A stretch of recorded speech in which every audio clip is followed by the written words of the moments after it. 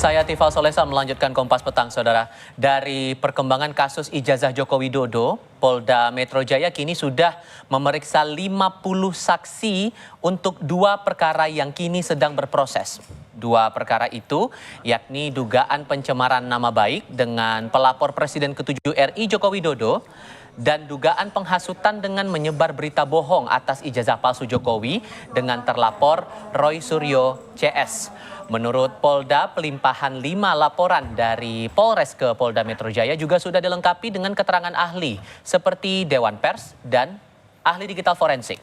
Sebelumnya pada Selasa lalu, pelapor Roy Suryo CS Peradi Bersatu mendatangi Mapolda Metro Jaya untuk meminta penyelidikan laporan ijazah palsu dinaikkan ke tahap penyidikan. Untuk itu, Peradi Bersatu menyurati Kapolda Metro Jaya agar memberi atensi untuk percepatan perkara yang menyeret Roy Suryo CS itu.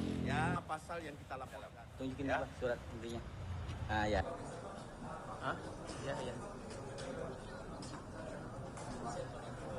Dengan tuduhan pelapor memiliki ijazah S1 palsu, skripsi palsu, berikut lembar pengesahannya. Laporan polisi dari pelapor Saudara Insinyur HJW. Penyelidik sudah memeriksa 49 saksi dalam tahap penyelidikan. Objek perkara yang kedua ini dasarnya 5 laporan polisi. Yang beberapa laporan polisi itu ditarik dari beberapa Polres.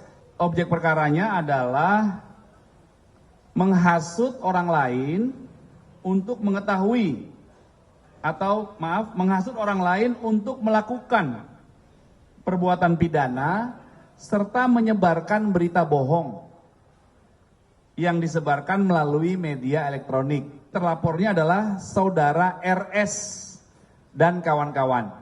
Penyelidik sudah melakukan pengambilan keterangan terhadap 50 saksi. Itu legal opinion yang sudah terima juga 2 ya, dari Dewan Pers dan juga dari digital forensik.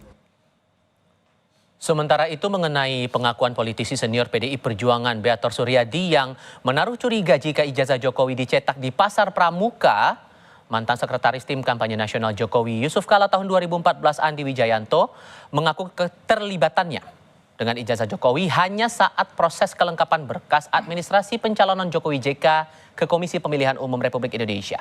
Andi mengaku melihat dan memegang langsung ijazah Jokowi dan Yusuf Kala. Berkas itu termasuk ijazah diterima KPU dan dinyatakan sah dan lengkap. Saat saya menjabat sebagai Sekretaris Tim Kampanye Nasional untuk Jokowi JK 2014.